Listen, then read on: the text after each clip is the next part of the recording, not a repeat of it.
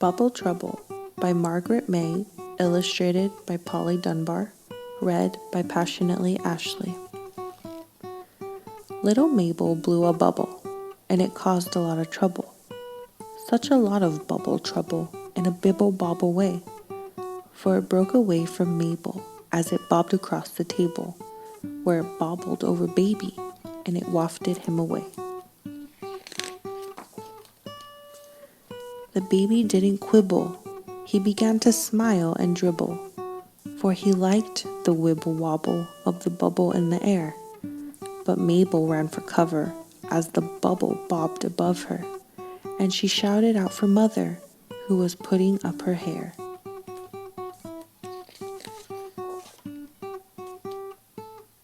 At the sudden cry of trouble, Mother took off at the double, for the squealing left her reeling, made her terrified and tense. Saw the bubble for a minute, with the baby bobbing in it, as it bibbled by the letterbox and bobbed across the fence.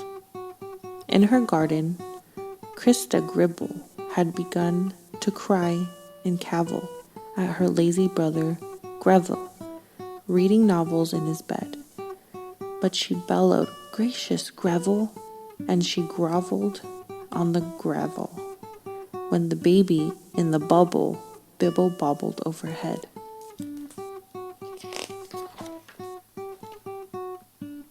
In a garden folly, Tibble and his jolly mother Sybil sat and played a game of Scrabble, shouting shrilly as they scored. But they both began to babble and to scrabble with the Scrabble as the baby in the bubble bibble-bobbled by the board.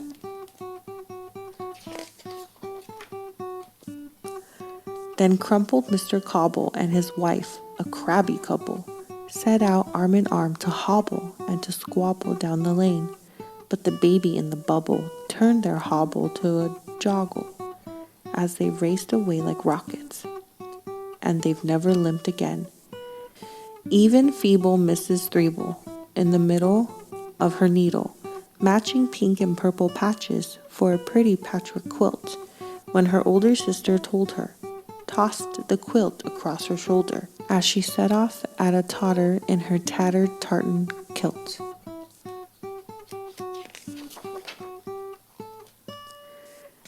At the shops, a busy rabble met to gossip and to gabble, started gibbering and goggling as the bubble bobbled by.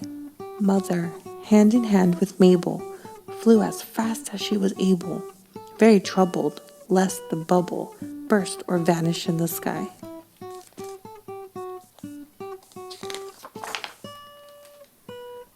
After them came Greville Gribble in his nightshirt with his novel, all about a haunted hovel, held on high above his head, followed by his sister Krista, though her boots had made a blister.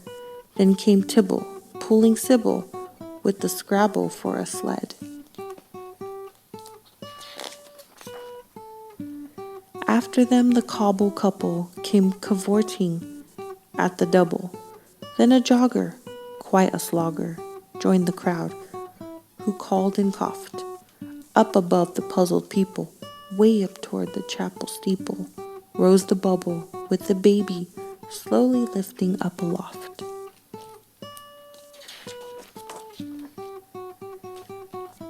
There was such a flum-a-diddle, Mabel huddled in the middle. Canon Dapple left the chapel, followed by the chapel choir, and the treble singer Abel threw an apple core at Mabel, as the baby in the bubble bobbled up a little higher. Oh, they giggled and they goggled until all their brains were boggled, as the baby in the bubble rose above the little town. With the problem let us grapple, murmured kindly Canon Dapple, and the problem we must grapple with is bringing baby down.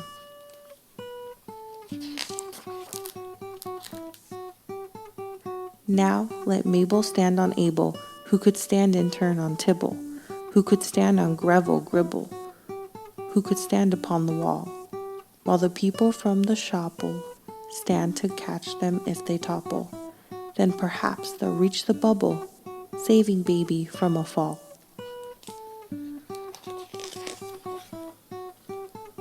But Abel, though a treble, was a rascal and a rebel, fond of getting into trouble when he didn't have to sing. Pushing quickly through the people, Abel clambered up the steeple, with nefarious intentions and a pebble in his sling.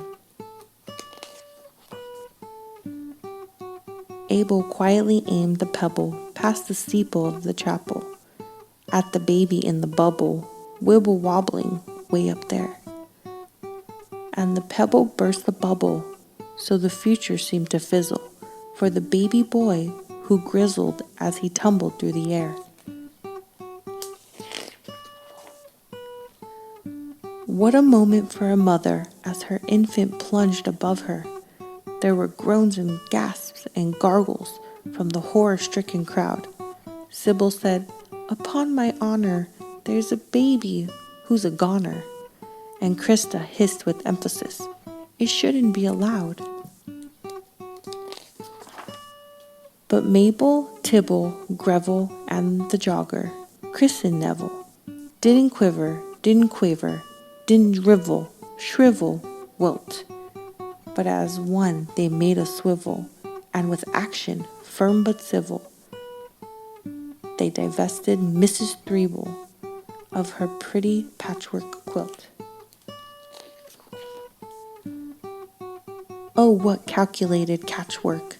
Baby bounced into the patchwork, where his grizzles turned to giggles and to wriggles of delight, and the people stared dumbfounded as he bobbled and rebounded, till the baby boy was grounded, and his mother held him tight. And the people there still prattle. There is lots of little tattle, for the glory in the story, young and old folk, gold and gray, of how wicked treble Abel tripled trouble with his pebble, but how Mabel and some others saved her brother and the day. The end.